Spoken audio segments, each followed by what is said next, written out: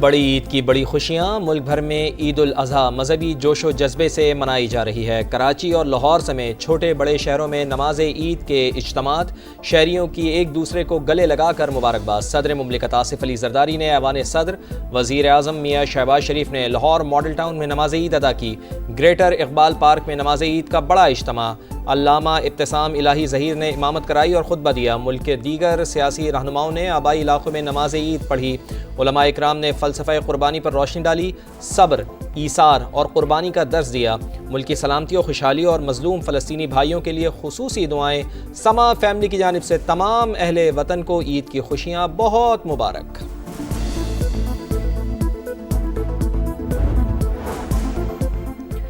صدر مملکت، وزیر اعظم اور فیلڈ مارشل عاصم منیر کی قوم کو عید کی مبارکباد۔ ہمیں قربانی، بھائی چارے اور اتحاد کو فروغ دینا ہوگا۔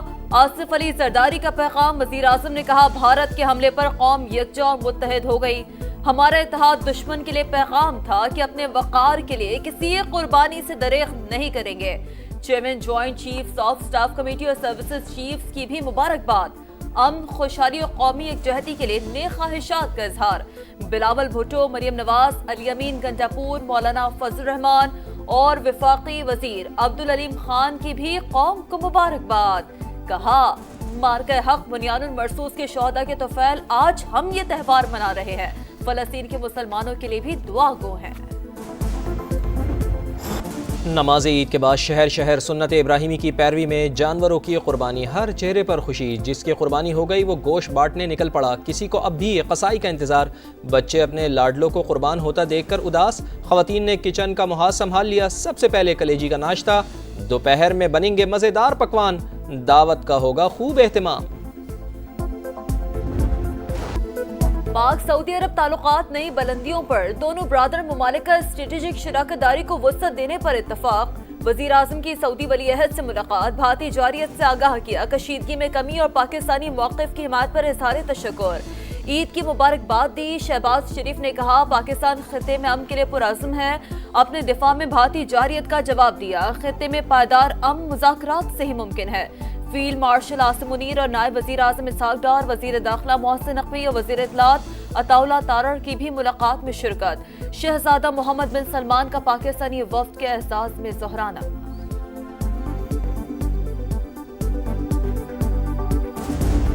آئیں چارٹر آف اکانومی کریں۔ اپوزیشن لیڈر کو چاہیے کہ وہ خط لکھنے کی بجائے وزیر اعظم کی ملاقات کی آفر کو ایکسیپٹ کریں۔ پہلے میثاق معیشت پر دستخط کریں، پھر ذاتی اور سیاسی چیزوں پر بات ہو جائے گی۔ حکومت کی پھر پی ٹی آئی کو ساتھ چلنے کی دعوت۔ رانا ثناء اللہ خان کہتے ہیں، پی ٹی آئی کی کوئی تیاری نہیں، احتجاج کر کے کارکنان کو مشکل میں ڈالے گی۔ شرجیل انعام میمن کا بھی پاکستان تحریک انصاف کو مذاکرات کا مشورہ۔ بولے، پی ٹی آئی اس وقت ایسی پوزیشن میں نہیں کہ ان کی تحریک کامیاب ہو۔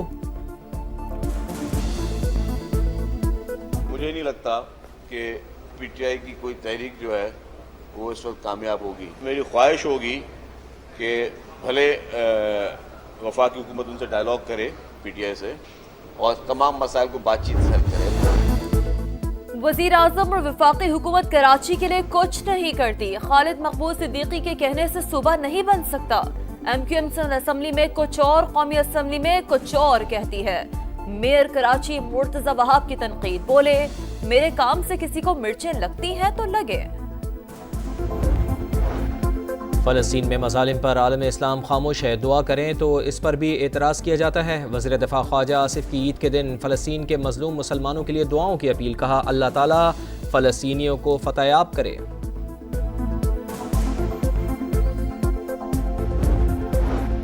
دنیا بھر میں عید کی خوشیاں، غزہ میں بھوک کے ڈیرے اور اسرائیل کے مظالم۔ رفح میں امدادی کیمپ پر پھر صہیونی افواج کی فائرنگ، مزید 5 فلسطینی شہید ہو گئے۔ صبح سے اب تک شہداء کی تعداد 22 ہو گئی۔ شمالی غزہ کے کئی علاقوں سے انخلا کی وارننگ، جھڑپوں کے دوران مزید 4 اسرائیلی فوجی ہلاک ہو گئے۔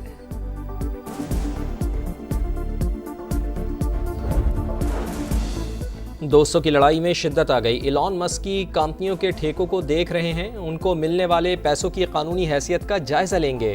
امریکی صدر ڈونلڈ ٹرمپ کی میڈیا سے گفتگو، کہا، سابق مشیر سے دوبارہ بات کرنے کا کوئی ارادہ نہیں۔ امریکی صدر کا ایران کو یورینیم افزودگی کی اجازت دینے سے انکار۔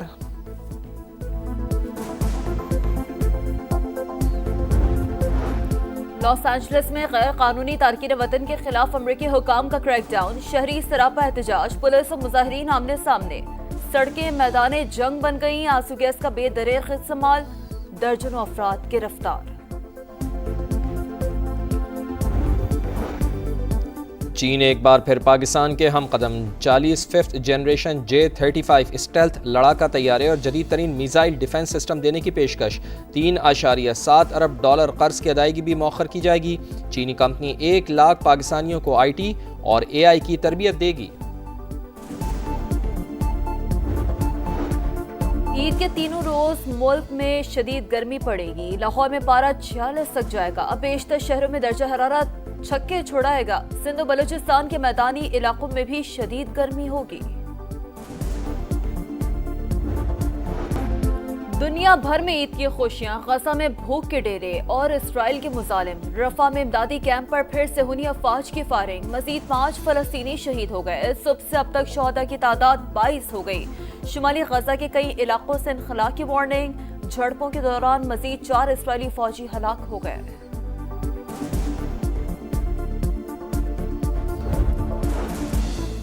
دوستوں کی لڑائی میں شدت آ گئی، ایلان مسک کی کمپنیوں کے ٹھیکوں کو دیکھ رہے ہیں، ان کو ملنے والے پیسوں کی قانونی حیثیت کا جائزہ لیں گے۔ امریکی صدر ڈونلڈ ٹرمپ کی میڈیا سے گفتگو، کہا سابق مشیر سے دوبارہ بات کرنے کا کوئی ارادہ نہیں۔ امریکی صدر کا ایران کو یورینیم افزودگی کی اجازت دینے سے انکار۔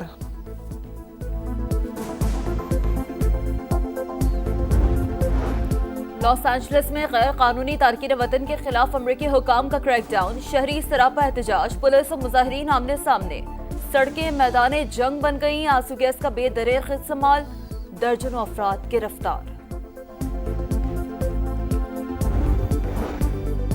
چین ایک بار پھر پاکستان کے ہم قدم، 40 5th جنریشن J-35 اسٹیلتھ لڑاکا طیارے اور جدید ترین میزائل ڈیفنس سسٹم دینے کی پیشکش، $3.7 ارب قرض کی ادائیگی بھی مؤخر کی جائے گی۔ چینی کمپنی 1 لاکھ پاکستانیوں کو IT اور AI کی تربیت دے گی۔ عید کے تینوں روز ملک میں شدید گرمی پڑے گی، لاہور میں پارہ 46 تک جائے گا، اب بیشتر شہروں میں درجہ حرارت چھکے چھوڑائے گا، سندھ و بلوچستان کے میدانی علاقوں میں بھی شدید گرمی ہوگی۔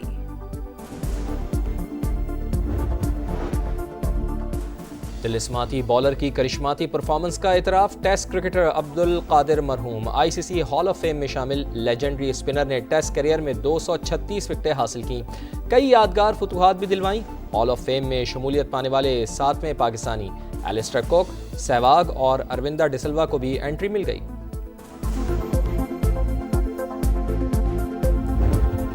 اور نوواک جوکووچ کے 25ویں گرینڈ سلیم کا خواب چکنا چور، ٹائٹل کی سینچری کا مشن ایک بار پھر ادھورا، سربین سٹار کو فرینچ اوپن کے سیمی فائنل میں شکست، ورلڈ نمبر 1 یانک سنر نے تاریخ ساز کھلاڑی کو اسٹریٹ سیٹس میں شکست دی، کارلوس الکراز اٹلی کے موسیٹی کو ہرا کر فائنل میں پہنچ گئے۔